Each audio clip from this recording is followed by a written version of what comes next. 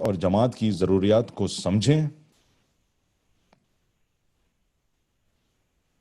यानी ये कि अफराद इज्तिमाई तौर से मसाइल पर गुफ्तगू और बहस करें, समाजी कैफियत का तज्जिया करें, इस तरह मुश्तरका नज़्बुल-ऐन कायम करें और उसके मुताबिक अमल करें।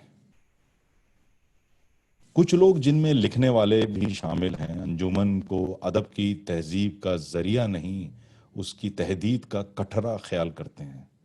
इसलिए वो अदीब की आज़ादी के नाम पर अंजुमन और उसकी पाबंदियों से बेजार मालूम होते हैं। लेकिन आज़ादी का कोई इनफरादी और मुजर्रद तसव्वुर नहीं। आज के समाज में फ़र्द समाज से अलग बेहकीकत हो जाता है। आबादी से दूर जंगल में छोड़ देने पर कोई अपने आप को आज़ाद महफूज नहीं कर सकता। आज़ादी असल में समाज के अंदर रहकर समाजी ताउन की आला तरीन सतह पर हासिल हो सकती है। क्रिस्टोफर कार्डवेल का कहना है कि आज़ादी के हुसूल का मतलब यह है कि आदमी खुद अपने पर हुक्मरान हो। लेकिन आदमी समाज का एक हिस्सा है और समाज तबकात में बटी हुई है जो पैदावारी रिश्तों में जकड़े हुए हैं। ज़राए पैदावार सरमायादारी की मिल्कियत हैं। मेहनत कश तबकात इन आलों और मशीनों पर मेहनत करके दौलत पैदा करते हैं और मेहनत की पैदावार सरमायादार की मिल्कियत बन जाती है। मिल्कियत के इन्हीं रिश्तों में समाज मुनक़सिम है। इसमें ऐसे अफराद की आज़ादी उस वक्त मुमकिन है जब कि समाज पर उस तबके की हुक्मरानी ना हो जिसमें वो खुद शामिल नहीं। सरमायादार समाज में सरमायादार खुद तो आज़ाद है क्योंकि उसका तबका पैदावारी क़ुव्वतों और उनके आपसी रिश्तों पर मुक़्तदिर है। फ़र्द आज़ादी की अपनी जद्दोजहद में उस वक्त तक कामयाब नहीं हो सकता जब तक कि वो समाजी अवामिल को मुतहर्रिक ना कर सके जो समाज में इक़्तिदार की तब्दीली ला सकते हैं। फ़र्द को आज़ादी समाजी ताउन से ही हासिल हो सकती है। वो जो चाहता है सिर्फ समाजी ताकतों को इस्तेमाल करके ही हासिल कर सकता है। इसलिए हर फर्द अपने आप को इन समाजी ताकतों से अलग करके यका और तन्हा हो जाए तो आज़ादी नहीं, क़ुनूतियत और नाकामी की तरफ जाएगा। उनके समाज में समाज को बदले बिना फ़र्द अपने आप को नहीं बदल सकता। यही तंजीम का जवाज़ है। तो ये जो तंजीम बनी अंजुमन तरक्की मुसन्निफ़ीन, इसका जवाज़ यही था। तो और इसमें जिन जिन लोगों ने शरीक हुए, तकलीफ़ें उठाई, वो अपने लिए, अपनी ज़ात के लिए नहीं की। उन्होंने इंसानों के लिए की, इंसान को मुत्तहद करने के लिए की, उनके राइट्स को महफूज करने के लिए की। उनमें वो जोश, वो जज्बा, शेर व शायरी, अदब, अफसानों, हर तरीके से लोगों में वो शऊर पैदा किया कि वो अपनी आवाज़ को बुलंद कर सकें। आज जिस शख्सियत से हम आपकी मुलाकात करा रहे हैं वो उनकी सबसे छोटी बेटी डॉक्टर नूर ज़हीर साहबा है। उनके बारे में तफसील तो बहुत लंबी है कि नूर ज़हीर साहबा राइटर भी हैं, research, theatre activist. English, Hindi, Urdu तीनों मीडियम्स में उन्होंने अपनी किताबें लिखी हैं, रिसर्च किया है। हर important publish works include my God is a woman, बेहतरीन novel, winner foundation of SAARC writers literary award, silent dunes, raging award, सुर्ख कारवां का हम सफ़र, हिंदी ट्रैवल लॉग पाकिस्तान, रेत पर खून शॉर्ट स्टोरीज की किताब है, उनका कलेक्शन है उर्दू और हिंदी दोनों में। पत्थर के सेनक, ये बच्चों के जितने भी खेल हैं, प्लेज हैं, उससे मुताल्लिक उर्दू और हिंदी में शॉर्ट उन्होंने सारे ड्रामे उसमें लिखे हैं। आज के नाम जो किताब है वो है biography well known poet Faiz Ahmad Faiz Sahab, the dancing lama on Buddhist performance, traditions of north western Himalayas. Noor Zaheer Sahiba की जो किताब denied by Allah, mirror the stories of a woman who have laid bare their bleak past and the humiliation it has brought through halala, muta, triple talaq और खुला, औरतों के जो मसाइल, औरतों को जिस तरह दबाया जाता है हमारे माशरों में, उससे मुताल्लिक किताब बहुत उम्दा किताब है। अभी जो उनका रिसेंट वर्क है वो tribal and Buddhist oral tradition of north western Himalayas compilation है, उसमें translation of early women writing in Urdu, बहुत काम किया है उन्होंने। Presently she is a president Indian people's theatre association IPTA Delhi and vice president national federation of Indian women. हम नूर ज़हीर साहिबा को खुश आमदीद कहते हैं, तशरीफ़ लाती हैं हमारे पास, हमको जूम पे लेते हैं। जी नूर ज़हीर साहिबा, आपका माइक इस वक्त बंद है गालिबन, आप माइक अपना ऑन कर लीजिए। अब जी ठीक है, आदाब अर्ज़ मेरी है। आवाज आ रही है? आदाब। जी आदाब अर्ज़ है, बहुत बहुत शुक्रिया आपका वक्त लाल निकालने सलाम। का हमारे लिए। लाल सलाम सुर्ख सलाम आपको बहुत बहुत कॉमरेड, और हम आपको खुशामदीद कहते हैं प्रोग्राम में। एक तहरीक आपके वालिद साहब ने चलाई थी, हम उसको पढ़ पढ़ के इंस्पायर होते रहते हैं, और उन्होंने जेल में बैठ के जो किताबें लिखी, रोशनाई, और जो उनका मकसद था, उस मकसद को आप भी आगे लेके चल रही हैं आज तक। जी, कोशिश है। कोशिश है, तो हम कितना आगे चाहेंगे ले कि जा आप, पा रहे हैं। लोग आपको सुन रहे हैं, और जी। हम चाहते हैं कि आप लोगों को बताएं कि किस तरह से ये सफ़र का आगाज़ हुआ आपका। हम्म, हमारा सफर या तरक्की पसंद मुसन्निफीन का, जो आपने एक तरक्की पसंद मुसन्निफीन का, आपने इसमें दो तीन बुनियाद चीज़ें आपसे हम तैयार की। पूछेंगे। एक तो आपके वालिद साहब का तो रोल था ही, फिर आपकी पूरी फैमिली ने भी सफ़र किया है काफ़ी, जी जी जी और उसमें आपकी वालदा का बहुत बड़ा रोल रहा है। जी क्योंकि जी। जितने भी मैंने आर्टिकल पढ़े हैं, जो भी रिसर्च कर रहा था मैं सज्जाद ज़हीर साहब पे, तो उसमें सब ने ये बोला कि बन्ने भाई की जो वाइफ थी, हम्म। उनको हमने बड़ा परेशान किया, वो बहुत ही साबिर थी, और उन्होंने जो है वो खुद भी बेहतरीन राइटर थी। तो उनके बारे में भी हम जानना चाहेंगे प्रोग्राम में। जरूर हम ये भी जरूर। जानना चाहेंगे आप किस तरह से इस तरफ माइल हुई, कैसे आप आई, और हम्म। आपने जो किताब लिखी है उनकी अपनी पूरे ख़ानदान के ऊपर, वो भी हम उसके बारे में भी जानना चाहेंगे। और जी किस तरह जरूर। से आपको ये लगता है कि मुस्तकबिल में आगे हमारा क्या कहते हैं, ये आपकी जो तहरीक है अंजुमन तरक्की मुसन्निफीन की, जो तहरीक है, वो किस तरह से आगे आने वाली जनरेशन के लिए फ़ायदेमंद साबित हो सकती है। तो ये सब डिस्कशंस हम करेंगे आज। टाइम की कोई पाबंदी नहीं है आज आपके साथ, शुक्रिया। और सब लोग सुन रहे हैं आपको, क्योंकि ये एक तारीख रकम हो रही है, और ये तारीख हम बना रहे हैं आज। आपका आना हमारे प्रोग्राम में आवाज़ उर्दू लंदन में एक तारीखी हैसियत रखता है, और बहुत बहुत इनायत है इज्जत आपकी। अफजाई हमारे लिए। बहुत बहुत शुक्रिया आपका। जी इनायत, शुक्रिया अब आप आपका। शुरू। जी जी। बात 1935 से शुरू होती है, जैसे आपने इंट्रोडक्शन में कहा ही, कि पेरिस में एक राइटर्स मीट हो रही है। जून 21 को से शुरू होना था, और उसमें अलग अलग मुल्कों से लोग आए हुए हैं। 250 से ज्यादा राइटर्स हैं, और वर्ल्ड वॉर टू जो है वो सर पर सबके मंडरा रही है, और लोगों को ये खास करके अदीबों को ये एहसास हो रहा है, आर्टिस्टों को और अदीबों को, कि हम लोग जो हैं वो किसी तरह से एक एक तरफ कर दिए गए हैं, और हम जी लोगों के कुछ कहना, हमारी बात पूछी नहीं जा रही, हमसे कुछ कहा नहीं जा रहा। वो लोग एक जगह जमा हुए हैं, और वो लोग ये चाहते हैं कि किसी भी तरह अमन कायम हो। उसमें जी। लंदन से मुल्क राज आनंद और सज्जाद ज़हीर भेजे जाते हैं हिंदुस्तान को रिप्रेजेंट करने के। अच्छा। और वहां जो वो चीजें देखते हैं, जो हालात देखते हैं, जैसे मसलन वहां ब्रेख्त भी आए हुए हैं जो कम्युनिस्ट हैं, बतौर ब्रेख्त, और ये जी। एम्फोस्टर भी आए हुए हैं जो ब्रिटिश राइटर हैं। हम्म। उसी तरह से पास्टरनाक आए हुए हैं, जो उस वक्त कम्युनिस्ट हैं, बाद में कम्युनिस्ट नहीं रहते। तो इस बहुत सारे लोग आए हुए हैं, और वहां पर इन दोनों को ये एहसास होता है कि हम लोगों को साथ आना है, हिंदुस्तान के अदीबों को साथ आना है, इसी तरह से एकजुट होना है, इसी तरह से एक अंजुमन बनानी चाहिए हम लोगों को, जो जिसके सामने पहले एक मकसद हो कि हम लोग इस तरह से आजादी में शरीक होंगे, जी। और हिंदुस्तान की आजादी में। तो हम्म। जो वो लोग वापस आ रहे हैं, उसमें दोनों की जो बातचीत है, वो मुल्क राजानंद ने बहुत अच्छी रकम की है अपनी हम्म। ऑटोबायोग्राफी में, कि वो कहते हैं कि आजादी तो आज नहीं तो कल मिल ही जाएगी। हम्म। तो उसके बाद क्या क्या फिर अंजुमन खत्म हो जाएगी? तो ये फैसला होता है कि नहीं, हम सिर्फ आजादी के बारे में नहीं सोचेंगे, हम्म।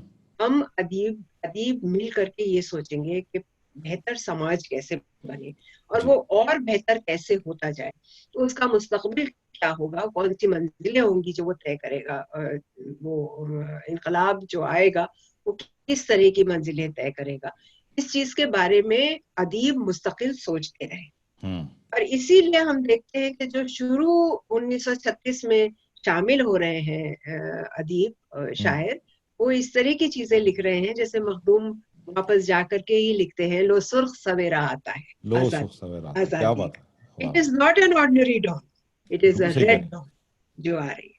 तो ये जो कमिटमेंट बेहतर जिंदगी की तरफ और एक आइडियोलॉजी को लेकर के बेहतर जिंदगी बनाने का, बेहतर समाज बनाने का, ज्यादा इंसाफ पसंद बराबरी का समाज बनाने का, ये तहरीक के साथ मुस्तकिल जुड़ा हुआ था। पहले पहली कॉन्फ्रेंस से जुड़ा और मुस्तकिल जुड़ा रहा, आज तक जुड़ा है। अगर आप ये नहीं सोचते कि आज जिस तरह की जिंदगी है, जिस तरह का समाज है, उसको और बेहतर किया जा सकता है और करना जरूरी है, तो आप तरक्की पसंद नहीं है।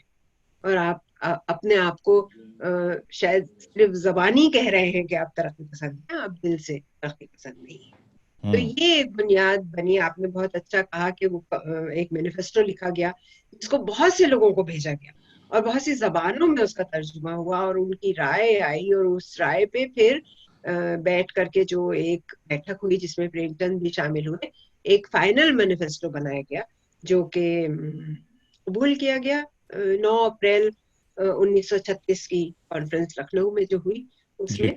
और उसके बाद फिर वक्तन फवक्तन उसमें फेर बदल होता रहा, कुछ चीजें बदलती रही, लेकिन बुनियाद वही पर रही कि हमें हर अदीब के लिए इंसान दोस्त होना जरूरी है, साथ मिल के चलना जरूरी है, और एक बेहतर समाज की कोशिश करते रहना जरूरी है। अदीब जो है वो खला में नहीं लिख सकता, वो ये नहीं कह सकता कि मैं सिर्फ अपने साथ जो है मेरा ताल्लुक है और मैं सिर्फ अपने लिए लिखता हूँ और मैं उसी से ही खुश हूँ या संतुष्ट हूँ। तो मगर ये जो 1936 में जब ये तरक्की पसंद तंजीम बनी और फिर उसके बाद 1947 में तो पार्टीशन हो जाता है, जी। तो फिर उसके बाद किस तरह से वो प्रोग्रेस करती हुई आगे बढ़ी उन सालों में? 36 के बाद 38 आते आते तक, 38 में दूसरी कॉन्फ्रेंस हो रही है कलकत्ते में। अच्छा। 38 आते आते तक हर सूबे में हिंदुस्तान का उस वक्त जो था उसमें यूनिट कायम हो गया था तरक्की पसंद मुसन्निफीन का, जिसकी वजह से लखनऊ में सिर्फ 9 जबानों के अदीब शामिल हुए थे। अच्छा। और 38 तक आते आते तक उसमें 27 जबानों के अदीब शामिल हैं, जो तरक्की पसंद मुसन्निफीन की 38 की कॉन्फ्रेंस में, जिसमें सज्जाद ज़हीर अपनी सेक्रेटरीशिप छोड़ते हैं और डॉक्टर अलीम सेक्रेटरी बनते हैं वो, और जिसमें रविन्द्रनाथ ठाकुर सदारती अपना खुतबा भेजते हैं कि वेलकम करते हुए कि इस तरह की चीज होनी चाहिए और ये होना जरूरी है। और उसमें वो उन्हीं चीजों को आगे बढ़ाते हैं जो चीजें, जो बातें ये लोग पहले से कह रहे थे कि हमें इंसान दोस्ती की तरफ बढ़ना है। और वो खुद कहते हैं कि अगर मैं अलग बैठ करके कोने में लिखता रहता तो मेरा मेरा जो लिखा हुआ है वो वैसा ना होता जैसा है। जैसा तो है। रविन्द्रनाथ ठाकुर ये मैसेज भेज रहे हैं। तो इस तरह से 38 तक पूरे हिंदुस्तान में तकरीबन फैल चुकी है। तो जब पार्टीशन होता है, पार्टीशन से पहले आपने खुद जिक्र किया कि 45 की कॉन्फ्रेंस का जी, हैदराबाद कॉन्फ्रेंस, में, जी, हैदराबाद में। तब तक ये तकरीबन तय हो चुका था कि हिंदुस्तान डिवाइड होगा ही। उसकी शक्ल सूरत क्या निकलेगी वो शायद नहीं तय हुआ था, लेकिन तकरीबन सबको ये यकीन था कि पार्टीशन होगा। और यहाँ पर ये चीज साफ कर देना जरूरी है कि कम्युनिस्ट पार्टी ऑफ इंडिया ने उस वक्त मुखालफत नहीं की कि पाकिस्तान बने या हिंदुस्तान का बंटवारा हो। उनके लिए ये बात जो मार्क्स ने कही कि हर कम्युनिटी को अपने कल्चर को असर्ट करने का हक है और उसके हिसाब से उनको आजादी होनी चाहिए, होनी इस चाहिए। चीज को सपोर्ट करते हुए कम्युनिस्ट पार्टी ने इस चीज को माना कि अगर मुसलमान अलग मुल्क जा रहे हैं, अगर वो लोग किसी वजह से घुटन महसूस कर रहे हैं एक मेजॉरिटी हिंदू इलाके में, तो उनको ये हक होना चाहिए कि वो अपने कल्चर को असर्ट करें, अपनी जबान को असर्ट करें और उनके लिए एक अलग मुल्क हो। तो एक सपोर्ट वहां से ही तैयार हो गया था और ये जहन तैयार हो गया था 45 में शामिल होने वाले ज्यादातर ज्यादातर अदीबों के दिमाग में कि बंटवारा होगा और फिर तंजीम ना तो रुकेगी ना खत्म होगी, ना तहरीक रुकेगी और खत्म होगी, बल्कि ये कि पाकिस्तान में भी एक चैप्टर हो। उसी वक्त हैदराबाद की कॉन्फ्रेंस में बंगाल से जो ईस्ट बंगाल, जो उस वक्त फिर बाद में ईस्ट पाकिस्तान बना, वहां के अदीबों ने कहा था कि हम लोग अपने यहाँ भी ढाका में और बरिशाल में 2 जगह अपनी ये बनाना चाहेंगे, यूनिट्स बनाना चाहेंगे, और उसको एक्सेप्ट किया गया। तो यानी ये पूरी आजादी थी कि अगर आप पाकिस्तान में हैं और बंगाल का एक हिस्सा पाकिस्तान में है, तो वहां पर बंगाली के को सपोर्ट करते हुए एक यूनिट बने। उसी तरह से उर्दू में, पंजाबी में वेस्ट पाकिस्तान में बने, और बाकी हिंदुस्तान में जबानों के हिसाब से बने। जो चीज बाद में हम लोगों के सामने आती है कि हर सूबे में, जो पूरे इलाके का है बर्रे सगीर का, उसमें जो एक एक सूबे में कई कई जबानें भी हैं, तो वहां कई कई यूनिट्स हैं, और वो इसी वजह से है कि उनको पूरी आजादी रहे कि वो अपने कल्चर को डिफेंड कर सकें और प्रोपोगेट कर सकें। मगर ये सवाल ये पैदा होता है कि वो अंजुमन तरक्की पसंद मुसन्निफीन से क्यों खाइफ क्यों थे इतना?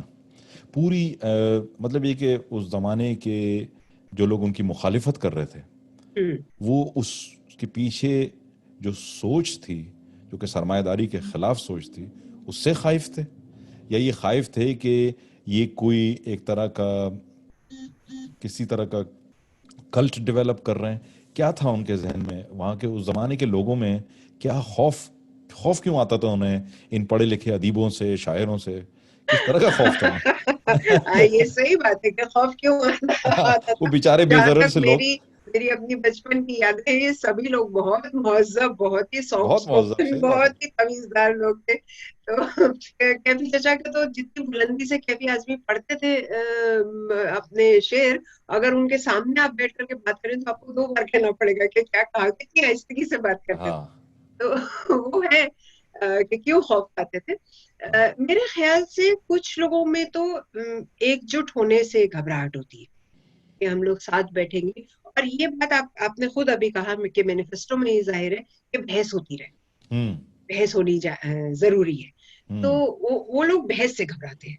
वो हाँ, अच्छा, एक मतलब अमन का और पीस का जो एक तारुफ है, वो ये है कि बिल्कुल बहस ना हो, सवाल ना जिससे पूछो। हाँ, सवाल न पूछो, बहस ना हो, 2 तरह की राय, 3 तरह की राय ना आए एक चीज पे, ये उन लोगों की ख्वाहिश होती। तो कुछ तो वो इस वजह से नाराज थे। कुछ लोगों को ये भी लग रहा था कि आजादी से जो लिखते रहे हैं मैनिफेस्टो, कहीं ना कहीं उनको कुछ गाइडलाइंस दे रहा है। तो हम अदीब होकर के हम पूरी तरह से आजाद हैं, हम गाइडलाइंस क्यों माने, या गाइडलाइंस हमको देने देने का हक कोई क्यों रखेगा, क्यों ले लेगा, वो जरूरत क्या हमारा है, सही हक बात है। खुद तय करने। तो उसकी वजह से भी मेरे ख्याल से एक डर था। लेकिन उसके साथ साथ अगर आप एक फहरिस्त बनाना शुरू करें, मान लीजिए हर डेकेड की, तो आप पाएंगे कि ज्यादातर अदीब, जो उर्दू के भी, हिंदी के भी, दूसरी जबानों के भी, वो कहीं ना कहीं वाबस्ता रहे इससे, जी तंजीम हाँ। से। और अभी उनसे शबाना आजमी साहिबा से बात हो रही थी, तो वो कहने लगी कि ज्यादा आसान नूर क्या ये नहीं होगा कि हम लोग उन लोगों की गिनती कर ले जो बाहर रहे, हाँ, वो कम होंगे, तो उनकी गिनती जल्दी हो जाएगी, हमारी लिस्ट जल्दी पूरी हो जाएगी, बजाय इसके कि हम ये गिनते रहे कि भाई ये तो हमारे साथ थे, ये हमारे साथ थे। क्योंकि साथ तो इतने लोग थे, इतना बड़ा कारवां था, इतना फैला हुआ कारवां था, और कि उसको गिनना तो बहुत मुश्किल है। तो मेरे ख्याल से ज्यादातर लोग तो साथ रहे, पर कुछ लोगों का अलग हो जाना कुछ दूर साथ चल के, ये मेरे ख्याल से गलत तो नहीं है। 1966 में जिस वक्त सज्जा जहीर पाकिस्तान से लौट आए हैं और एक तरह से रिवाइव करने की तरक्की पसंद मुसन्निफीन को कोशिश हो रही है, तो पहली कॉन्फ्रेंस 1966 में होती है। उसके खुतबे में सज्जा जहीर खुद ये बात कहते हैं कि जो लोग हमसे अलग हो गए और लेकिन हमारी आइडियोलॉजी के हिसाब से ही चल रहे हैं, लिख वही रहे हैं जिसको हम तरक्की पसंद गिनेंगे, लेकिन हमारे साथ नहीं आते, वो भी हमारा ही काम कर रहे हैं, साथ हम नहीं है क्यों तो क्या हुआ, काम तो हाँ, वही कर रहे हम हैं। उनको अब अपने से अलग क्यों गिने।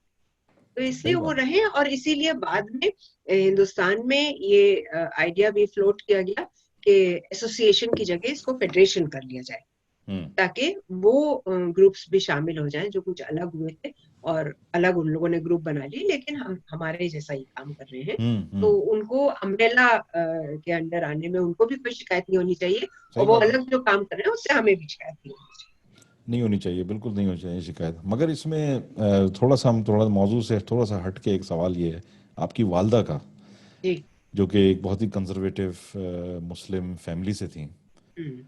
किस तरह से उन्होंने ये रोल अदा किया आप लोगों के साथ, अपने अपने शौहर सजाद ज़हीर साहब के साथ, और अंजुमन तरक्की मुसन्निफ़ीन के साथ वो किस तरह से जुड़ी, और क्या चीज़ उनको अपील की थी कि वो उन्होंने कहा कि भाई मैं भी इसका साथ देना चाहूँगी, मैं भी आऊँगी साथ?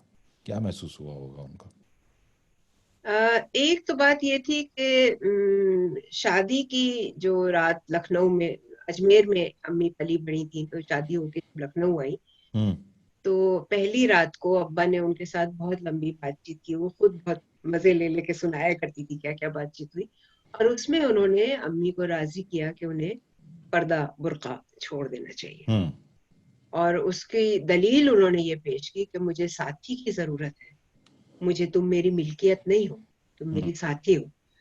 तो इस चीज को जब अम्मी ने मान लिया, हालांकि वो कहती थी कि मुझे दिक्कत बहुत हुई 2-3 महीना बिना बुर्के के निकलने में, मुझे ये लगता था कि मैं कैसे कैसे निकलूं और कैसे सबको अपना मुंह दिखाऊं, लेकिन धीरे धीरे खैर आदत पड़ी। हम्म उस वक्त अम्मी ने मेरे ख्याल से ये कबूल कर लिया कि अगर उन्हें साथी बनना है तो फिर उन्हें बहुत सारी चीजें अब्बा की मान लेनी पड़ेगी। हम्म और अब्बा इस चीज को बहुत साफ कहा करते थे। एक बार मैंने ही बहुत बचपन में ऐसे अब्बा से कहा था कि अब्बा आपने कितनी कुर्बानियां दी पार्टी के लिए, मुल्क के लिए, और उन्होंने फौरन पलट के कहा था कि नहीं, मैंने कोई कुर्बानी नहीं दी, मैं उस राह पे चला जिस राह पे मैं चलना चाहता जी। हूँ। कुर्बानी अगर किसी ने दी तो तुम्हारी माँ ने दी, जिन्होंने उस राह को, मेरी राह को अपनी राह बनाया।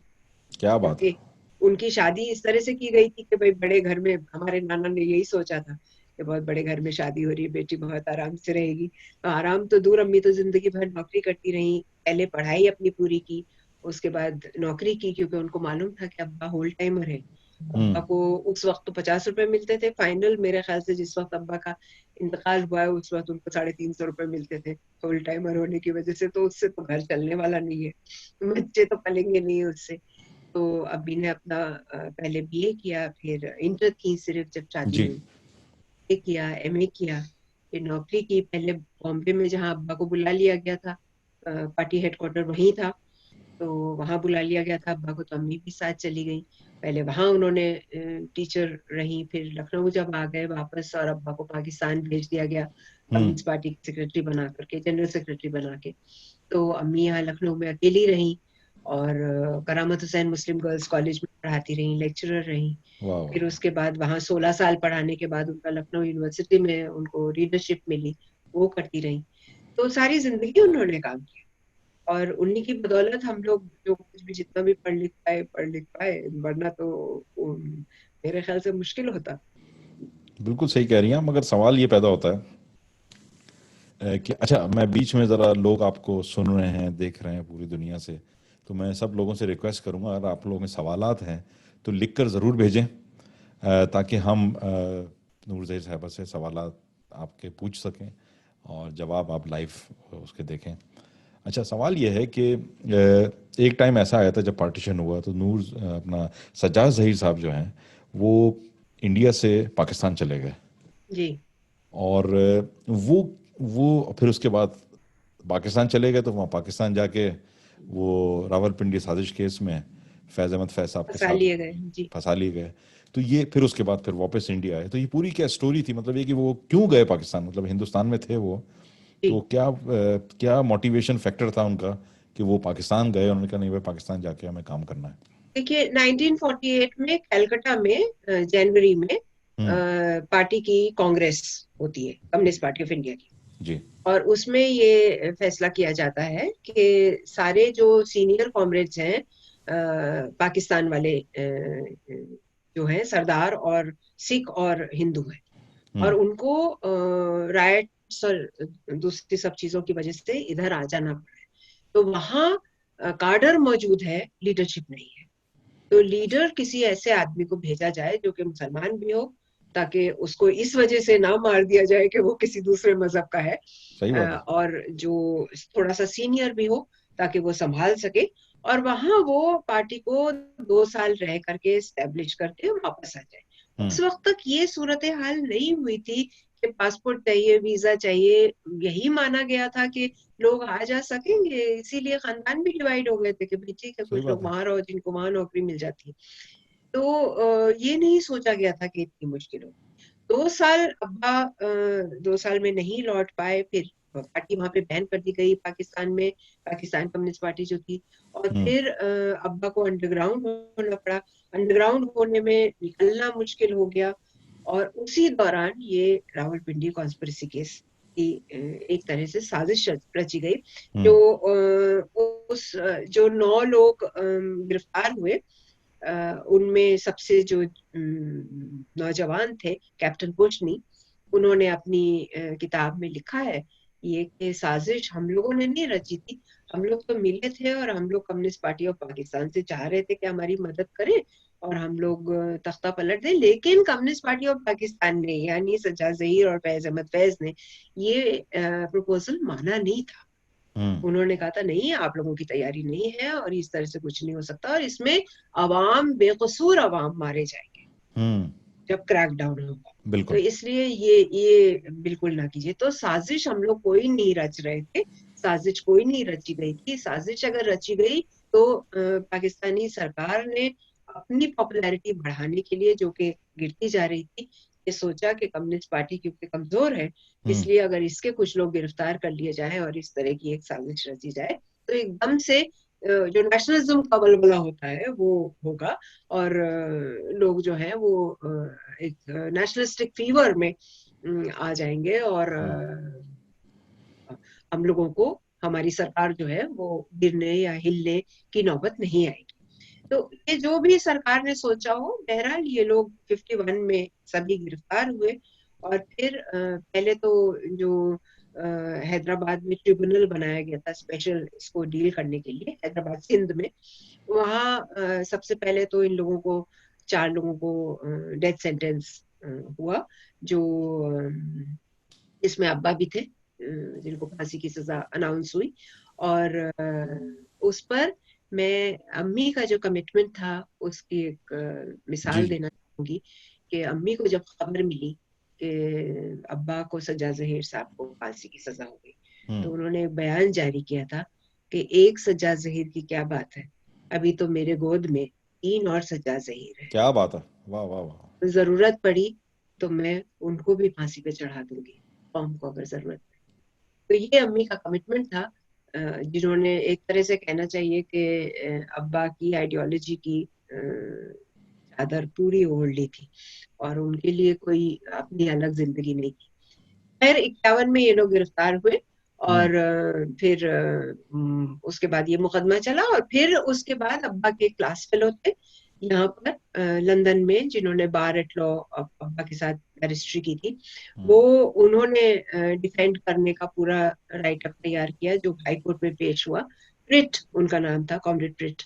तो उन्होंने तैयार किया, वो पेश हुआ, उनको इजाजत नहीं थी खुद पेश होने की, तो पाकिस्तानी वकील ने ये किया, और उसकी बिना पर फिर वो जेल टर्म में तब्दील की गई। तो 5 साल और उनको जेल में रहना पड़ा, और सभी लोगों को, 9 लोगों को डिवाइड कर दिया गया, किसी को ढाका की जेल में, किसी को फैज मंटगोमरी जेल में थे। अब्बा को मच जेल भेजा गया, अच्छा, जो मच। कि कहा जाता है कि पाकिस्तान की बहुत खराब जेल है, और वहां अब्बा बहुत बीमार भी रहे। लेकिन खैर फिर वहां से छूटे, और छूटने के बाद पाकिस्तान रखना नहीं चाह रहा था उनको, मेरे ख्याल से वो भी नहीं रहना चाह रहे थे। तो चॉइस ये थी कि या तो लंदन आ जाएं, यहाँ जो दोस्त थे, क्योंकि यहाँ पढ़ाई लिखाई उन्होंने ऑक्सफोर्ड और लंदन में की थी, तो यहाँ रहे उन लोगों की मदद से, या फिर हिंदुस्तान आ जाए। उन्होंने ये ऑप्टेड फॉर इंडिया, और हिंदुस्तान आ गए। और हिंदुस्तान में 2 साल उनके पास सिटीजनशिप नहीं थी, कहीं के भी वो सिटीजन नहीं थे। फिर जवाहरलाल नेहरू की इंटरफेरेंस से और खुद ये कहने पर कि मैं जिम्मेदारी लेता हूँ सज्जाद ज़हीर अब्बा को हिंदुस्तान की। मगर देखें क्या क्या बदकिस्मती है कि एक अदीब एक सोच की बात कर रहा है, एक सवाल कर रहा है, तो उसको दुनिया का माशरा जो है वो उनके खिलाफ खड़ा होकर उनको फांसी की सज़ा दे रहे हैं पाकिस्तान में। मगर कहने की बात यह है कि सोचने की बात यह है लोगों के लिए कि आज भी वो आवाज़ें मौजूद हैं। अफसोस की बात यह कि आज भी वो आवाज़ें बुलंद नहीं हो सकती, आज भी वो आवाज़ें सवाल नहीं कर सकती, आज भी कहीं ना कहीं सज्जाद ज़हीर, फैज़ अहमद फैज़ मौजूद हैं। आज भी वो यही सवाल कर रहे हैं कि भाई जो कुर्बानियां थी सारी बेगर्ज, वो कहते हैं ना जो बेगर्ज होता है वो बेपनाह हो जाता है। तो सही। इन लोगों की बेगर्ज जो जो जो खिदमत थी, पूरे ख़ानदान ने सफ़र किया। कहना बहुत आसान है मेरे ख्याल से, आपकी वालदा की जो सेक्रीफाइस है वो एक लाइन में एक्सप्लेन तो इंसान कर सकता है, मगर फीलिंग उसकी अगर इंसान एक लम्हे के लिए सोचे तो बहुत तकलीफ दे है। और किसके लिए कर रहे थे वो, मतलब ये कि उनको कोई पावर नहीं चाहिए थी, वो सिर्फ ये कह रहे थे कि आम इंसान, एक ऐसे निज़ाम की बात कर रहे थे कि जो सरमायादारी के खिलाफ निज़ाम था, एक सही। ऐसा निज़ाम जो इंसान की अपनी आवाज़ थी। तो अब आप सफ़र को हम आगे लेके चलते हैं, इसी सफ़र को। फिर वो जो इस अरसे में जेल में रहे, तो फिर उस अरसे में अंजुमन तरक्की पसंद मुसन्निफीन का क्या रोल रहा, क्या उनको नुकसान हुआ, क्या उनको फ़ायदा हुआ, और किस तरह से वो ऑर्गेनाइजेशन चल रही थी फिर उर्दू के हवाले से या हम्म। और ज़बानों के हवाले से? अ, अब्बा कृष्ण चंद्र को जिम्मेदारी दी के गए थे हम्म, जनरल सेक्रेटरी बना करके, हम्म, क्योंकि कॉन्फ्रेंस कर पाने का दोबारा वक्त नहीं था। हम्म, तो जिसमें वो बाकायदा इलेक्टेड होते या कोई भी इलेक्टेड होता, तो उनको जिम्मेदारी दी थी कि आप इसको चलाइएगा।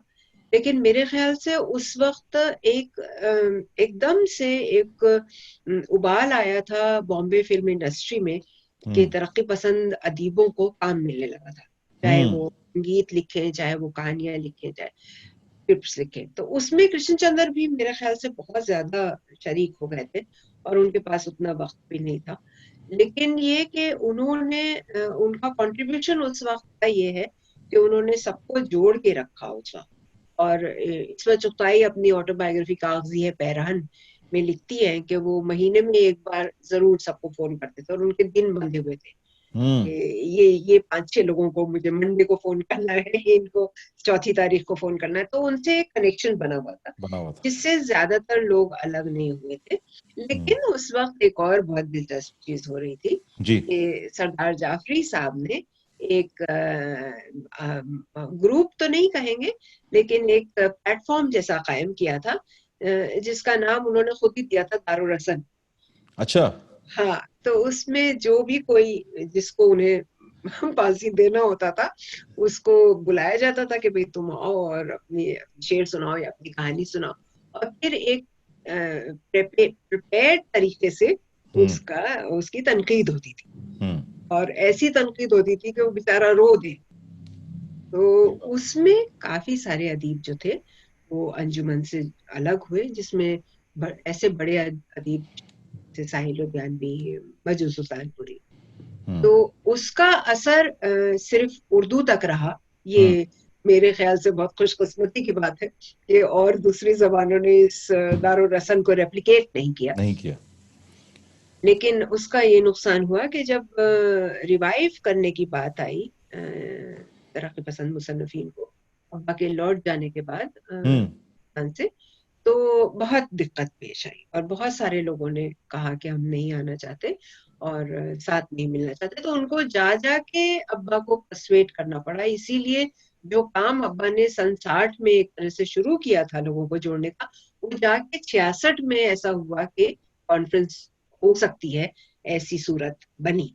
तो अच्छा। 6 साल लगा करके उसमें बॉम्बे, कलकत्ता, पटना, लखनऊ तो खैर था ही, पूरे हिंदुस्तान का गश्त अब्बा करते रहे। मैं अब्बा के पाकिस्तान से लौटने के बाद की मेरी पैदाइश है, तो मेरी बचपन की जो यादें हैं अब्बा की, वो ज्यादातर ये है कि या तो उनका सूटकेस जा रहा है बाहर या उनका सूटकेस अंदर आ रहा है।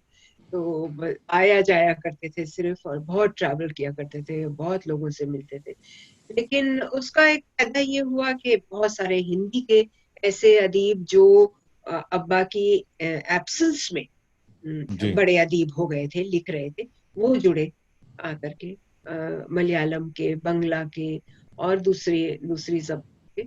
और 66 की कॉन्फ्रेंस जो थी अपने आप में मेरे ख्याल से, मेरी याददाश्त की वो पहली कॉन्फ्रेंस भी है, वो बहुत ही एक मुकम्मल कॉन्फ्रेंस थी, जो 4 दिन तक, जिसमें बहुत बड़ी बड़ी बड़े बड़े मुद्दों पे बहस हुई और बहुत अच्छी कॉन्फ्रेंस हुई और पूरे मुल्क से लोग आए और फ्रांस और रशिया और स्पेन से भी राइटर्स इसमें शरीक। जबरदस्त। तो वहां से मैं चलूं, कहती रहूं।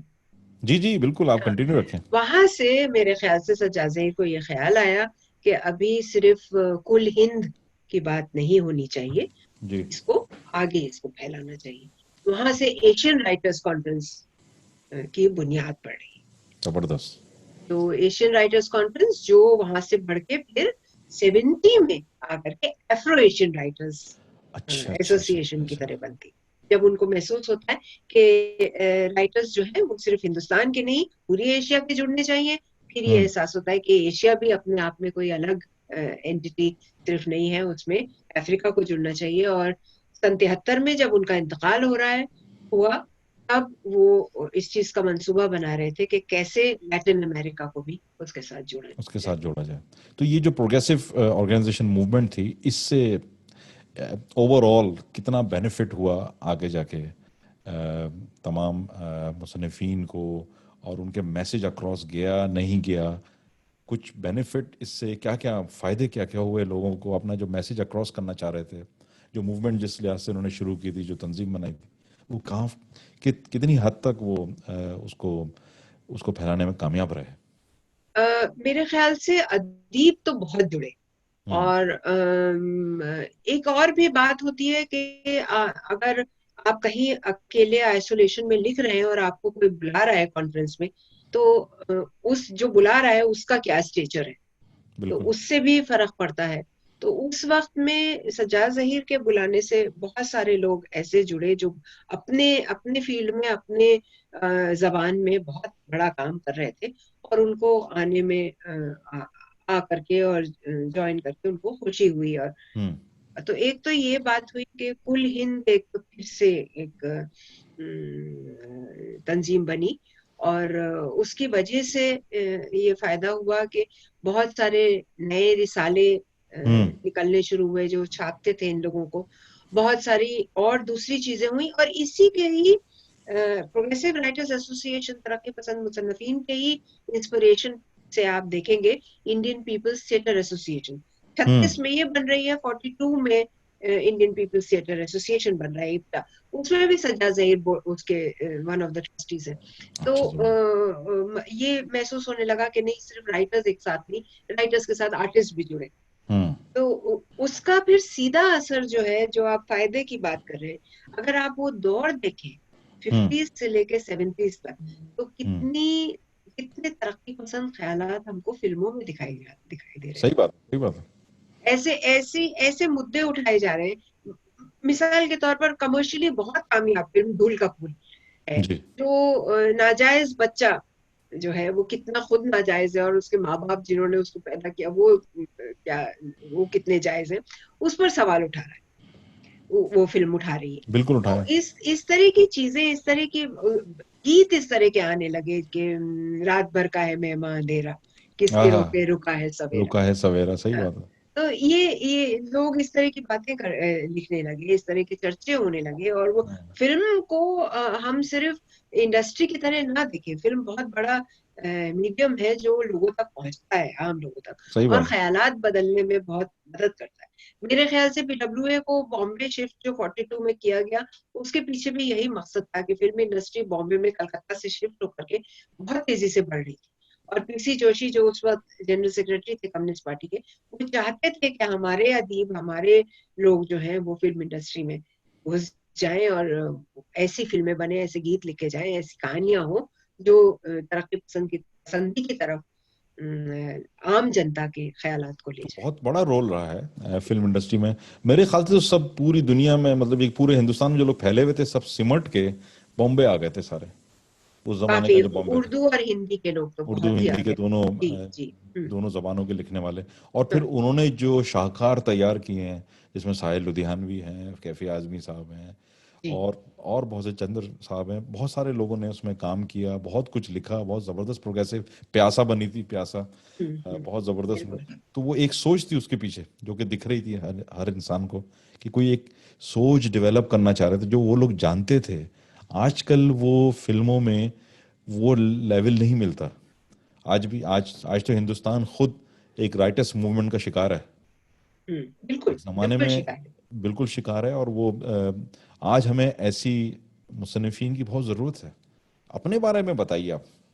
नहीं, आपने एक मिनट में लूंगी, आपने बहुत सही बात कही कि हिंदुस्तान के मामले में, कि हम्म। हिंदुस्तान में हालत ऐसी हो गई है कि हम तरक्की पसंदी के चलते ये ख्वाब देखा करते थे कि बहुत सारे ख्यालात, बहुत सारी सोच, अलग अलग तरह की राय हम एक प्लेटफॉर्म पे आकर के उस पर डिस्कशन कर सकेंगे। हम्म। आज ये हालत है कि आप जरा सी भी अलग राय रखें और आप पर से एडिशन चार्जेस लगा दिए जाए। हम्म।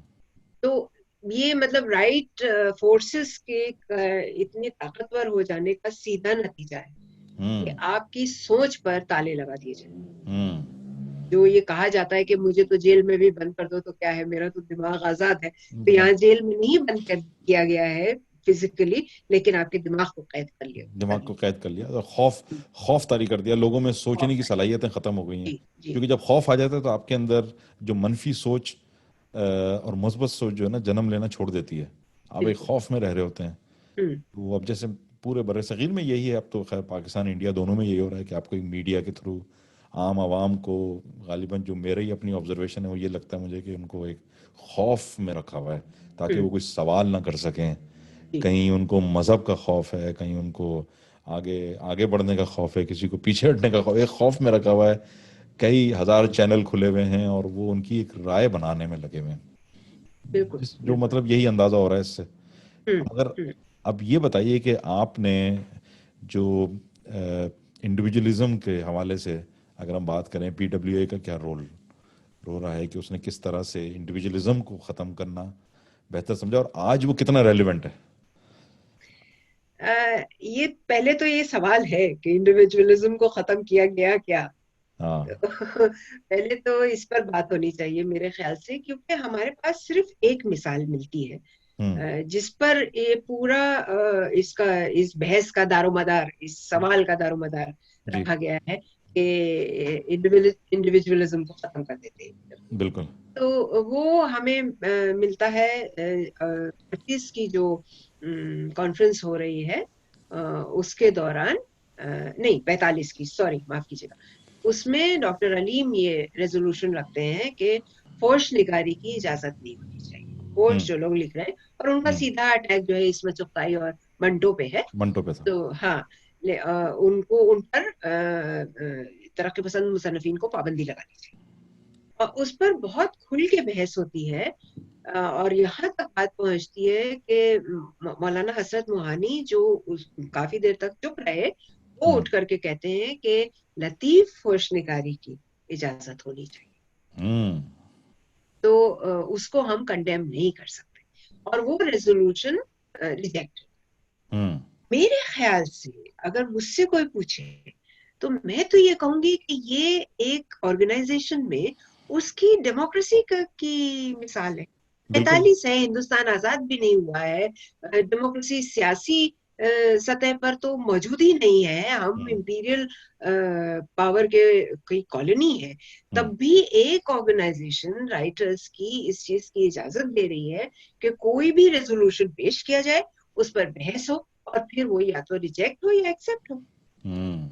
मेरे बिल्कुल ख्याल से सही। तो ये बहुत बहुत सेहतमंदी की निशानी है। बहुत सेहतमंद, इसके सही कह रहे हैं। अलावा और मुझे कोई बताए, मेरे ख्याल से आपके पास जो लोग हैं जो अगर सवाल भेजें और मुझे बताएं, मेरी जानकारी में इजाफा करें कि किसी भी तरह से रोक टोक की गई हो हम्म। कि आप ऐसा ना लिखें। एक जोए अंसारी एक छोटा सा आर्टिकल लिखते हैं कि हाफिज को रद्द कर देना चाहिए क्योंकि अब हमें क्लासिकल शायरी की जरूरत नहीं है। उसके जवाब में सज्जाद ज़हीर पूरी किताब लिखते हैं जिक्र हाफिज। हम्म। कि हम क्लासिकल अदब को छोड़ नहीं सकते। हमारे पैर जो है वो जमीन पे रहेंगे और हम आसमान की तरफ हाथ बढ़ाएंगे। ये नहीं है कि हम अपनी जड़ें काट लेंगे। तो क्लासिकल अदब जो है वो हमारी हमारी जमीन है, हमारी जड़ें। तो बिल्कुल। आई डोंट अंडरस्टैंड, मुझे नहीं मालूम कि किस जगह, मुझे कम से कम, मैंने बहुत सारी ऐसी चीजें लिखी जो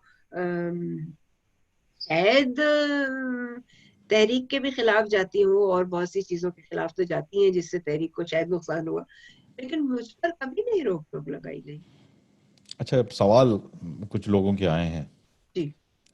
दुर्दाना अंसारी साहबा का सवाल है, क्या नूर जहीर का कुछ ऐसा इरादा है कि अब यहाँ बरतानिया में कोई प्रोग्रेसिव राइटर जैसी ऑर्गेनाइजेशन की दाग बेल डालें? प्रोग्रेसिव राइटर्स एसोसिएशन यूके तो मौजूद ही है, हम्म। और मुझे इस बात की बहुत खुशी भी है, बहुत फख्र भी है कि उन्होंने मुझे शामिल किया है अपनी पिछली एक मीटिंग में। उन लोगों ने कहा कि आप एग्जीक्यूटिव की मेंबर होइए। मैंने बहुत खुशी से कबूल किया है, और मेरे ख्याल से जैसे ही ये कोरोना का झंझट हटे तो हम लोग जरूर अच्छी मीटिंग्स करेंगे, अच्छी बातचीत होगी। अच्छा, एक सवाल असलम ख्वाजा साहब का आया है कि अदीब इलाके के बजाय ज़बान से मुंसलिक होता है। क्या ये मुनासिब नहीं होगा कि तरक्की पसंद मुसन्निफिन मुल्कों के बजाय ज़बान की बुनियाद पर मुनज़्ज़म हों? जी असलम, ज्यादातर तो जबान से ही है। ऐसा नहीं है कि मुल्कों में बटे हुए हैं। अब सिंधी में जो लोग लिख रहे हैं पाकिस्तान में लिख रहे हैं और हिंदुस्तान में भी लिख रहे हैं। हम्म। हालांकि हिंदुस्तान में जो सिंधी में लिख रहे हैं उनकी वक्त के साथ साथ रस्मुल खत बदल गया है, वो देवनागरी में लिखने लगे। फिर भी वो सिंधी ही मानी जाएगी, सिंधी ही मानी जाती है। और उन लोगों का एक साथ होना, एक साथ बैठना, एक तरह से सोचना, अलग तरह से बहस करना अलग मुद्दों पर, वो जाहिर है सिंध से उसका सीधा ताल्लुक होगा, सिंधी जबान से उसका सीधा ताल्लुक होगा। सिंधी जबान पर अगर किसी तरह का कोई भी जुल्म हो रहा है या उसको एक एक तरफ खिसका देने की कोशिश की जा रही है, तो यकीनन दोनों मिलकर के ही उसकी बात करेंगे। तो ये दो मुल्कों तक तो वैसे ही फैल गई। उसके अलावा सिंधी जबान में सिर्फ सिंधी की मिसाल देनी हूँ, लेकिन बंगाली के साथ भी ये है। अब बांग्लादेश में भी अदब लिखा जा रहा है, और वेस्ट बंगाल जो इलाका है वहां भी है, और हिंदुस्तान से बाहर भी बंगाली में लोग लिख रहे हैं। पंजाबी के साथ यही है। तो वो पंजाबी अदीब ही माने जाते हैं, वो पंजाब के अदीब भी माने जाते हैं। उर्दू के साथ मसला थोड़ा सा अलग है। हम्म। और उर्दू को तो मेरे ख्याल से जिस वक्त से उर्दू पैदा हुई है उस हम्म। वक्त से ही उसका कोई एक लगा बंधा इलाका नहीं है, या मुल्क नहीं है, या सूबा नहीं है। हम्म। वो बहुत बड़े इलाके पे में फैली हुई जबान है, बहुत बड़े इलाके में पली बड़ी है, बहुत अलग अलग तरह से बोली जाती है। हैदराबादी उर्दू जो है, हैदराबाद, हिंदुस्तान का हैदराबाद, वो उसका बिल्कुल अलग लहजा है, उसमें बिल्कुल अलग तरह के शायर हैं, उसमें तंज़ मिज़्ज़ा बहुत डेवलप्ड है सही कह रही। लखनऊ के मुकाबले में। तो जबान से ही उसका ताल्लुक है। हम लोग जब तरक्की पसंद मुसन्निफीन में भी इंट्रोड्यूस करते हैं राइटर्स को कॉन्फ्रेंसेस में, तो ये नहीं कहा जाता कि ये राजस्थान से आए, ये पहाड़ी में लिखने वाले हैं या राजस्थानी में लिखने वाले हैं। अच्छा, अंजुम साबरी साहब का सवाल ये है कि जो सज्जाद ज़हीर साहब की किताब है रोशनाई, वो इतनी आला किताब है, वो किस तरह से लोगों तक पहुंचाई जाए, किस तरह से लोग उसको पढ़ें और आज की या आने वाली जनरेशन जो है ना उससे फ़ायदा हासिल कर सके। उसमें बहुत तारीख साज वाक़यात हैं, सीखने को बहुत कुछ है उसके अंदर। जी। तो ये उनका सवाल जी। है। हाँ। एक वक्त में ऐसा लगा था, मेरे ख्याल से ये 82 या 83 की बात है, कि सरदार चचा ने, अली सरदार जाफरी ने इसकी पहल की थी कि रोशनाई पर एक लंबा 100-150 एपिसोड्स का सीरियल बने, हम्म। में हर वाक़ये को लेकर के और फिर उससे और चीजें भी जोड़ करके, तो उससे जो शायद किताब में नहीं है, तो हम्म। उसको 4-5 लोग लिखें। और उस वक्त बहुत सारे लोग ऐसे हयात भी थे जिन्होंने शुरू की कॉन्फ्रेंसेस अटेंड की थी, तो वो लोग लिखें और इसको ये किया जाए। मुझे मालूम नहीं क्यों ये हो नहीं पाया हम्म। दूरदर्शन की तरफ से। और फिर उसके बाद तो वो एडवर्टाइजमेंट वाला ये चक्कर शुरू हो गया सीरियल्स के लिए, जहां दूरदर्शन ने सपोर्ट करना बंद कर दिया। तो मेरे ख्याल से अली सरदार जाफरी उस सब इसमें मुसीबत में पड़ना नहीं चाहते थे कि वो पहले तो सीरियल बनाए और उसके बाद फिर इधर उधर दौड़े कि एडवर्टाइजर मिले उनको। तो इस वजह से वो हो नहीं पाया, वरना वो एक रास्ता है।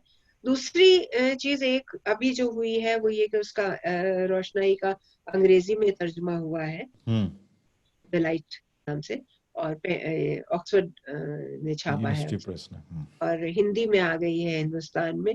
मलयालम में और तमिल में अभी हो रही है, हमें उम्मीद है कि 21 तक आ जाएगी। तो मेरे ख्याल से ज्यादा जबानों में उसका तर्जुमा हो, वो भी एक रास्ता है। उसके अलावा आप सुझाइए। हाँ, अब तो मैं तो अंजुम साबरी साहब तो अभी सुन रहे हैं, मगर मेरा मेरा भी मशवरा, बिल्कुल आपने सही बोला, बिल्कुल आपसे एग्री करता हूँ मैं इस बात में कि अब हमें नई टेक्नोलॉजीज़ को यूज़ करना होगा, नई टेक्नोलॉजी को हमें यूज़ करना होगा। जो पैगामात कि मैं अभी पढ़ रहा था कुछ अर्से पहले कि वो सरदार जाफरी साहब ने और सज्जाद ज़हीर साहब बाहर खड़े होकर, इतनी बड़ी बेहतरीन पर्सनैलिटीज, वो कौमी जंग अखबार का नारा लगाया करते थे, बेचा आज का करते अखबार थे। ले लो, जी आज का अखबार जी ले लो। जी। तो वो मेरे ख्याल से उसका ट्रेंड भी उन्होंने ही शुरू किया था, उससे पहले कोई अखबार इस तरह बेचता नहीं था कि आज अखबार की ये न्यूज़ है गालिबन। तो हमें भी अब, उस ज़माने में उन्होंने वो टेक्नोलॉजी में वो आइडियाज़ निकाले नए, तो उन्होंने जो, क्योंकि उनकी जितनी सोच का अगर पूरा समराइज करें तो लगता यही है कि वो जो रिजत पसंदी थी उसके बहुत ही अगेंस्ट थे। वो चाहते कि नए आइडियाज़ को डेवलप, एक्सप्लोर करते थे, वो उस ज़माने के नए आइडियाज़ लेके आए थे। अब जो है अंजुमन तरक्की पसंद मुसन्निफीन जो है, वो किस तरह के आइडियाज़ पे आगे काम कर सकती है। जैसे एक किताब की बात हो रही है रोशनाई की, इसको हम ऑडियो बुक में कन्वर्ट करेंगे। मेरी बड़ी ख्वाहिश है कि मैं इसको पढूं और पढ़ के इसको ऑडियो बुक में कन्वर्ट करूं। बहुत से हमारे लोग उर्दू नहीं पढ़ सकते, तो जी सही उनको जी। इंग्लिश आ रहा है, मगर जो उर्दू सुन तो सकते हैं। तो हमारे हिंदुस्तान में भी जो लोग हैं वो उर्दू बहुत से लोग नहीं पढ़ सकते, मगर सुनने में उनको मज़ा आएगा। इसी तरह उसको हम्म। इंग्लिश में भी ऑडियो बुक्स उसकी बननी चाहिए ताकि लोग उसको मुस्तकिल सुने। गालिबन तो मेरे ख्याल से ये बिल्कुल बेहतरीन। मेरे जहन में है कि ये इस तरह से होना चाहिए। और अब आपसे, अब आपने अपने वालिद साहब की तो बहुत जिक्र कर दिया। मैं चाहूँगा आप कुछ अपनी वालदा की बारे में बताएं, उन्होंने कौन कौन सी किताबें उन्होंने लिखी हैं, नावल जो उन्होंने लिखे हैं सारे, उसमें से कोई नावल भी सुनाएं अगर आपके पास है तो।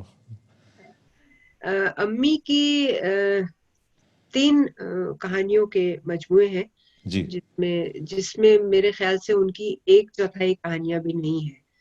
वो हम्म। ज्यादा रिसालों के लिए लिखती थी और बहुत पसंद की जाती थी, रेडियो के लिए बहुत लिखती थी और अच्छा बहुत अच्छा। अच्छा पढ़ती थी। अच्छा। तो इसलिए बहुत पॉपुलर थी, बार बार बुलाई जाती थी लखनऊ रेडियो में भी और दिल्ली रेडियो में भी।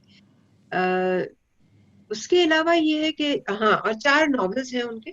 हम्म। और तो ये तो फिक्शन की बात है। उसके अलावा उनका एक बहुत ही मकबूल सफरनामा है, अमन का कारवां। अमन का कारवां। जी, जो उन्होंने जो पीस कॉन्फ्रेंसेस हुई जब हम्म। अब्बा जेल पाकिस्तान जा चुके थे, हम्म। जो उन्होंने अटेंड की। यहाँ मैं बताती चलूं ये कि अम्मी जब लखनऊ आ गई थी तो अम्मी ने तकरीबन पूरे तौर पर, मुकम्मल तौर पर तरक्की पसंद मुसन्निफीन का काम यूपी का और उत्तर प्रदेश का और बिहार का हम्म। संभाल लिया। तो जबरदस्त। यहाँ पर वो राइटर्स को, और ये वो कामयाबी से कर पाए, इसके लिए उन्होंने कोशिश करके देवनागरी सीखी थी, अच्छा। क्योंकि यहाँ पर हिंदी के अदीब बहुत पैदा हो रहे थे और हिंदी के अदीबों को जोड़ना जरूरी था। तो इसलिए उन्होंने कि मैं एक अलग महरूमी में ना रहूं और अलग से इंस्ट्रक्शंस ना देती रहूं, मैं खुद पढ़ सकूं, इसलिए उन्होंने देवनागरी सीखी। और बहुत से हिंदी के अदीबों से उन्होंने दोस्ती की, जान पहचान बढ़ाई, और उन लोगों के साथ उनका एक दिन उन्होंने तय किया। वो खुद कहा करती थी कि जुमेरात मेरा जो है फेवरेट दिन है। तो जुमेरात को लखनऊ में हजरतगंज में कॉफी हाउस है, जो अच्छा सबसे अच्छा। सस्ता सस्ता वहाँ का रेस्टोरेंट है। तो वहाँ अदीब बैठा करते थे, मिला करते थे और बैठते थे। और उसके अम्मी किस्से सुनाती थी कैसे वहाँ अमृतलाल नागर भी आते थे और मजाज भी आते थे, तो मामिक जौनपुरी भी आते थे और यशपाल भी होते थे। तो वहाँ अम्मी रेगुलर हम्म। बैठती, इसी वजह से कि अब तंजीम का काम संभालना है। तो उसी के चलते एक वाकया मैं खास करके यहाँ बयान करना चाहूंगी कि जी इप्टा का की तरफ से ईदगाह जो प्रेमचंद की कहानी है जी उस जी। पर प्ले खेलने की बात हुई थी लखनऊ में। लखनऊ में नया इप्टा का यूनिट कायम हो रहा था। अच्छा। तो अम्मी को ये जिम्मेदारी दी गई कि भाई आप इसको अडेप्ट कीजिए स्टेज के लिए इस कहानी को। और अमृतलाल नागर जो कि डायरेक्टर, नामी डायरेक्टर थे उस वक्त, उनसे कहा गया कि आप इसको डायरेक्ट कीजिए। तो दोनों ने तैयारी की। स्क्रिप्ट जो थी वो उस जमाने में पुलिस को भेजी जाती थी, पुलिस हम्म। डिपार्टमेंट को, कि भाई आप अप्रूव कर दीजिए। अंग्रेजों का चल रहा था, हिंदुस्तान आजाद हो गया था, लेकिन अंग्रेजों की जो लॉज थी डिकेडेंट वो कायम थी, कायम थी। अभी भी है, आज भी है। सेडिशन चार्जेस उसी के तहत लगाए जाते हैं। बिल्कुल। तो वो भेजी गई वहां। किसी को वक्त नहीं रहा होगा पढ़ने वढ़ने का, उन्होंने साइन करके ले गया कि ठीक है, नाटक ही तो है, ड्रामा ही तो है, और फिर खेल लीजिए करके भेज दिया। अच्छा, वो आ गया, इन लोगों ने तैयारी शुरू कर दी, शो तय हो गया, शो के लिए लोग आए हुए, एक्टर्स सबको मेकअप वेकअप हो गया। 15 मिनट पहले एक पुलिस कांस्टेबल आके कह रहा है कि जी आपको इजाजत नहीं है खेलने की नाटक। उन्होंने कहा अरे स्क्रिप्ट तो सबमिट की गई है, तो देखिए खत है हमारे पास अप्रूवल का। उनका वो सब कुछ नहीं, उस पहले अप्रूवल को रद्द कर दिया गया है और आप नहीं खेल सकते हैं, खेल सकते हैं। हम्म।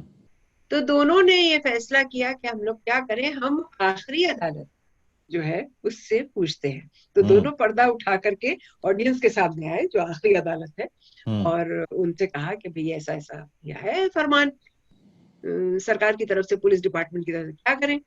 उसमें 3-4 बड़े लॉयर्स भी रहे होंगे ऑडियंस में, हाउसफुल। तो बिल्कुल। उन्होंने कहा कि अरे खेलिए खेलिए, हम देख लेंगे।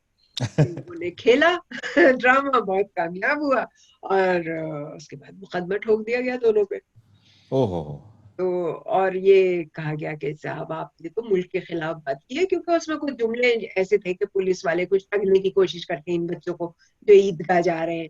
हम्म। तो दोनों पहुंचे वहां। अच्छा, उस 3 पेशियां हुई।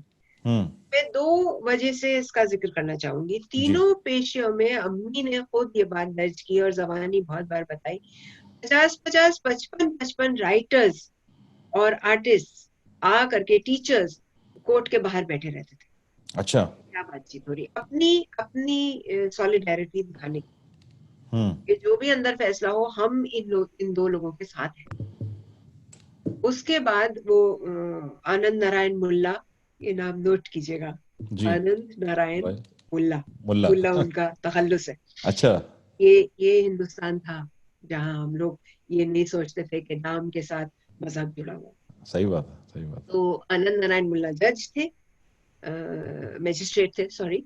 उन्होंने देखा और उन्होंने उस पुलिस की एप्लीकेशन को फाड़ के फेंक दिया। उन्होंने कहा आर्टिस्ट्स को, राइटर्स को सेल्फ एक्सप्रेशन का पूरा पूरा हक होना चाहिए, पूरी आजादी होनी चाहिए। सही इस बात मुल्क है। की आजादी का कोई मतलब नहीं है अगर आर्टिस्ट्स को आजादी नहीं है, राइटर्स को आजादी नहीं है अपनी बात कहने की। हम्म। और वहां से पूरी तब्दीली आई उस कानून में। सबसे पहले यूपी, आपको ताज्जुब होगा ये जान करके, उस फैसले के बाद से उत्तर प्रदेश एक वाहिद स्टेट थी, वाहिद सूबा था, जहां नाटक खेलने से पहले, ड्रामा खेलने से पहले आपको पुलिस डिपार्टमेंट को सबमिट नहीं करनी पड़ती थी स्क्रिप्ट। और उसी की मिसाल लेकर के फिर दूसरी स्टेट्स ने कोशिश की। और आज हिंदुस्तान में सिवाय 2 स्टेट्स के, महाराष्ट्र और कश्मीर, 2 स्टेट्स के, हर जगह जो है वो आपको स्क्रिप्ट नहीं सबमिट करनी पड़ती, आप जो चाहे नाटक खेल सकते। तो ये अच्छा। उन लोगों का कंट्रीब्यूशन था, ये मेरी माँ का कंट्रीब्यूशन था, कि उन्होंने कहा नहीं, हम नाटक भी खेलेंगे, और उस नाटक के बाद जो हमारे ऊपर मुकदमा चलाया जाएगा उस मुकदमे को भी लड़ेंगे, अगर जेल जाना हुआ तो फिर जेल भी जेल भी जाएंगे जाएंगे, या क्या बात सजा है। भी भुगतेंगे। तो वो इस जीवट की औरत थी। मेरे बारे में, मैं जब सड़कों पे जुलूस में शामिल होती हूँ या तकरीर करती हूँ, तो लोग कहते हैं कि हम बहुत बहादुरी से आप बात करती हैं। बिल्कुल नहीं, उनके मुकाबले में मैं कुछ नहीं हूँ, वो जितनी बहादुर थी। क्या बात है। और जितनी बहादुरी से जिंदगी के हर पहलू का सामना करती थी, किसी चीज से औरत डरती नहीं थी। रज़िया। तो ये सबके लिए लेसन है, आगे जनरेशन के लिए। देखें, मुकाबला करने की हिम्मत होनी चाहिए इंसान में। जी, बिल्कुल। और ये जो हिम्मत थी, वो जाहिर है आइडियोलॉजी को पढ़ने से ही आई थी। इसलिए मैं समझती हूँ कि हर अदीब को बाद में आप माने या ना माने उस आइडियोलॉजी, लेकिन मार्क्सिज्म पढ़ना बहुत जरूरी है हम्म, हम्म। अपनी हिम्मत बनाने के लिए, अपनी रीढ़ की हड्डी सीधी करने के लिए। और फिर ये है कि इंसान को फिर उस एंगल से, हर एंगल से सोचने का मौका मिलता है। अगर इंसान एक ही समत में चलता चला जाए तो हम्म, उसकी उसका उसका एक तो सफ़र बोरिंग हो जाता है ज़िंदगी का, उसमें और रंग नहीं शामिल होते। तो अगर आपको मुख्तलिफ नज़रियात आप पढ़ते हैं तो फिर अपनी एक मुस्बत सोच को आप बना सकते हैं। अगर आप एक ही जी नज़रिया पढ़े चले जा रहे हैं, अगर राइटिस्ट का ही नज़रिया आप लोग पढ़ते चले जाएंगे तो उनको यही नहीं पता चलेगा कि हम मुवाजना किससे करें। ये बड़ा मुश्किल काम हो जाता सही, है। सही, बिल्कुल। मैं चाहूंगा कि आप कुछ अपने बारे में अपना कुछ सुनाएं, लोग सुनना चाहते हैं आपको। आरिफ नकवी साहब भी जो हैं वो क्या कहते हैं अरे बैठे हुए भाई, हैं और वो कह आदाब। रहे हैं कि रोशनाई साहब, जो रोशनाई किताब है उसके ऊपर तो पूरा एक प्रोग्राम होना चाहिए। हाँ, सही बात है। मेरे ख्याल से रोशनाई पर बहुत अच्छा और लंबा प्रोग्राम हो सकता है, और बहुत सारे उसके पहलू हैं जो तहरीक और तंजीम दोनों के जी जी। हाथ से सामने आने चाहिए। मेरी एक किताब है जो अम्मी अब्बा की यादें हैं, जिसका मैंने उन्वान दिया है मेरे हिस्से की रोशनाई। तो उसमें अब्बा ने, अम्मी ने जो दिल्ली में घर बनाया था, और उसमें किस तरह का माहौल था, किस तरह से अदीब आते जाते थे, किस तरह की बातें होती थी, जी और किस तरह से हम लोगों का अपनी जिंदगी थी, और उस जिंदगी ने जिस तरह से अम्मी और अब्बा जी रहे थे, उसने किस किस हद तक मुझे कम से कम मुतासिर किया, और उसी राह पर चलने का मादा तो नहीं कहना चाहिए शायद, हम्म। लेकिन एक हिम्मत दी, भरोसा दिया कि इस राह पर चलना जरूरी भी है, और चलने के बाद ही कुछ हासिल हो सकता है। बिल्कुल सही है, तो प्लीज। ये मैं एक छोटा सा इसका हिस्सा जो बहुत ही जाती है अम्मी अब्बा के बारे में। जी जी बिल्कुल। अम्मी अब्बा जो थे उनके पास जाहिर है, जैसा मैंने बताया, पैसे पैसे की हमेशा ही तंगी रहती थी। तो एक बार कुछ पैसे होंगे दोनों के पास, तो खरीदारी में ये सोचा गया कि भाई बड़ा वाला कमरा जो खाली रहता है और जिसमें मीटिंग्स वगैरह होती है, उसमें अगर एक बड़ी सी दरी हो, जाजम हो, तो बहुत ज्यादा लोग बैठ पाएंगे, जमीन पे सब लोग बैठेंगे, और कुछ एक कुशन्स वगैरह भी खरीद लिए जाए। तो वो खरीदे खरीदे दोनों ने, और हम्म। हम भी साथ में थे। तो फिर चलें आइसक्रीम साथ। आइसक्रीम हम हमें इस आइसक्रीम खिलाई, और उसके बाद क्या हुआ वो मैं सुनाना जी बिल्कुल। चाहती हूँ। तो एक, हम तीनों खुश खुश निकले, और इतना सामान होने की वजह से रिवोली के सामने से टैक्सी ली। टैक्सी ड्राइवर एक सरदार जी थे, जिन्होंने बहुत संभाल कर सारा सामान डिक्की में रखा। टैक्सी की नई नवेली रंगत देख करके अम्मी ने पूछा, सरदार जी, टैक्सी नई है क्या?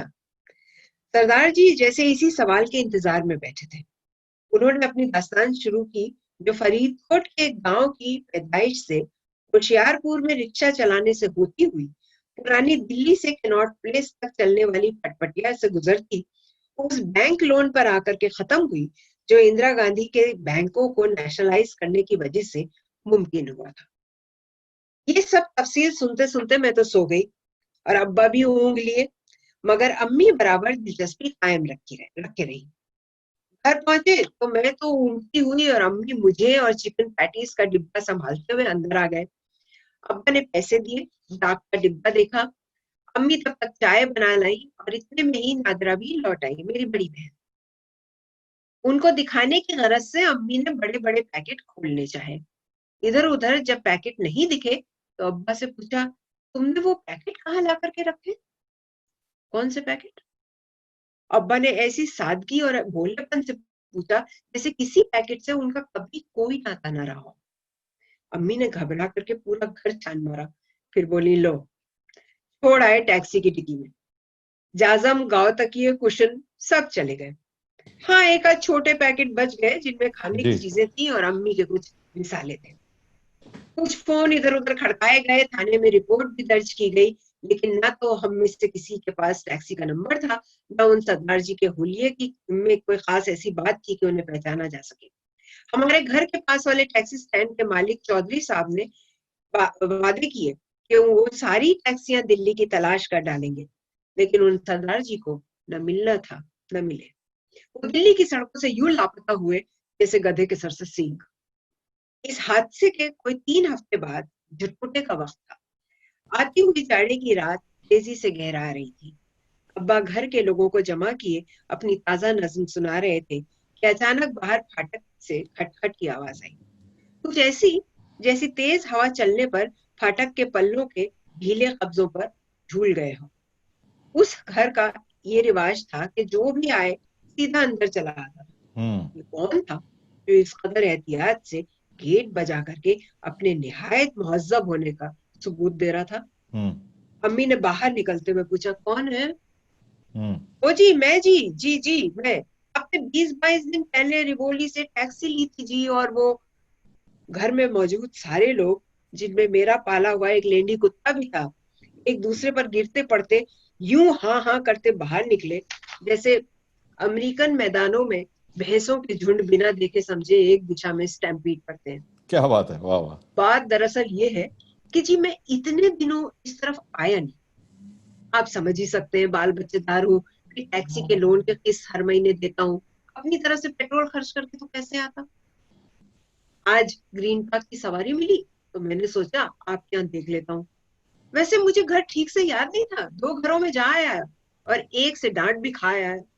सरदार हूँ ना जी, फिर कृपान भी रखता हूँ, थोड़ा ऊंचा लंबा भी हूँ, लोग बाग डर जाते हैं। आप बैठिए तो सही, हमारे साथ एक प्याली चाय पीजिए। अम्मी ने इशरार किया। जी रात हो गई है और चाय तो जी मैं पीता नहीं। सरदार जी ने कहना शुरू किया ही था कि अब्बा ने उनकी बात काट दी। रात से सरदार कब घबराने लगे? सच्चे बादशाह आपके साथ है। हाँ, चाय की बात आपने ठीक कही। शाम को कौन सा शरीफ आदमी चाय पीता है? बेटा जरा विस्की के 2 गिलास मेरी अलमारी से निकालो। सरदार जी बैठ तो गए, मगर अब्बा को बड़ी संजीदगी से निहारते रहे। गिलास लेते हुए खुद को जैसे रोक न पाए, बोले, सर जी आप तो मुसलमान लगते हैं, ये चलती है? अब्बा ने उतनी संजीदगी से जवाब दिया, उम्र तो सारी कटी इश्क बुता में मोमिन, आखिरी वक्त में क्या खाक मुसलमान होंगे। चीयर्स सरदार जी, ये जाम आपकी याददाश्त के नाम। जब सरदार जी ने ग्लास खाली कर दिया और उठने को हुए तो अब्बा ने उनका कंधा पकड़ करके फिर बिठा दिया और उनके लिए एक पैग और उन्हें ला। अम्मी ने एतराज किया, इन्हें अभी ड्राइव करना है। तो उन सरदार जी के कुछ कहने से पहले अब्बा बोले, वो सरदार ही क्या जो 2-3 पैग में भैग जाए। उस रात देर तक वो सरदार जी घर पर बैठे रहे, अब्बा से उनकी नज्म सुनी, अपनी भारी भरकम आवाज में हीर के कुछ बंद सुनाए और उस मीरा का किस्सा सुना जो फरीदकोट के गांव में उनके साथ बड़ा हुआ, जो हीर उनसे भी अच्छी गाता था और जिसे अपने खानदान के साथ मुल्क के बंटवारे में पाकिस्तान जाना पड़ा, जिसके सुर आज भी उस गांव के आसपास कहीं मंडलाते रहते हैं, जिसके घर का कुरान शरीफ आज भी उनकी माँ ने संभाल करके रख छोड़ा है, कि अगर कभी उनमें से कोई आए तो ये ना कह सके कि मवाली तो बाहर से आए थे, अपने हमसायों से इतना भी नहीं हुआ कि हमारे मजहब को कहीं एक कोने में बना दे देते। क्या बात है, वाह वाह वाह, बहुत उम्दा, बहुत उम्दा कॉमरेड, बहुत उम्दा नूरजैद साहब, बहुत उम्दा। अच्छा, आज हम प्रोग्राम का तो अपना इख्तिताम करते हैं, बहुत बहुत शुक्रिया आपका। मगर इख्तिताम से पहले शुक्रिया। हमारे एक कॉमरेड अकरम कायम खानी साहब की आज बर्थडे है। ओह अच्छा अच्छा भाई, तो उनको सालगिरह हम मुबारक आवाज़ कॉमरेड। उर्दू लंदन की जानिब से मुबारकबाद पेश करते हैं और विद बेस्ट विशेस। और अब आपके साथ दोबारा से हम करेंगे नशिस्त, मगर आप और यावर साहब के साथ, दोनों के साथ मिल के जरूर हम एक जरूर। मुलाकात करेंगे और सबकी मुलाकात करवाएंगे आप दोनों से। और वो भी एक इंटरेस्टिंग हमारा होगा डिस्कशन। बहुत मज़ा आया आपसे बात करके, बहुत अच्छा लगा और आपका बहुत बहुत बहुत शुक्रिया। बहुत इज़्ज़त अफजाई हुई हमारी, आप हमारे प्रोग्राम में आई हैं, बहुत हमारे लिए एजाज़ की बात है, बहुत एजाज़ की बात है। आपने मुझे हामी बुलाने भरी के लिए और थैंक यू सो आपने इतनी मच। अच्छी अच्छी बातें हमसे की। लोग अभी भी कह रहे होंगे ये तो बहुत छोटा प्रोग्राम है, आपसे दिल चाह रहा है कि बातें करते रहें, मगर आपने वक्त निकाला, बहुत बहुत शुक्रिया आपका। इख्तिताम करूंगा मैं प्रोग्राम का नूर जैद साहिबा के लिए आप लोग मैसेजेस कर सकते हैं। ये प्रोग्राम यूट्यूब पे भी बहुत जल्द हम लोग अपलोड करेंगे।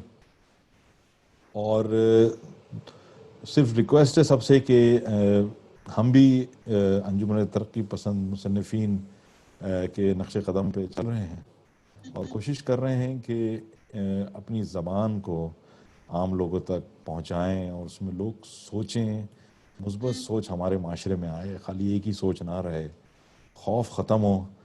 शेर व शायरी, अदब, ड्रामा, कल्चर सारा हमारा एक हिस्सा है पूरे बर्रे सग़ीर का।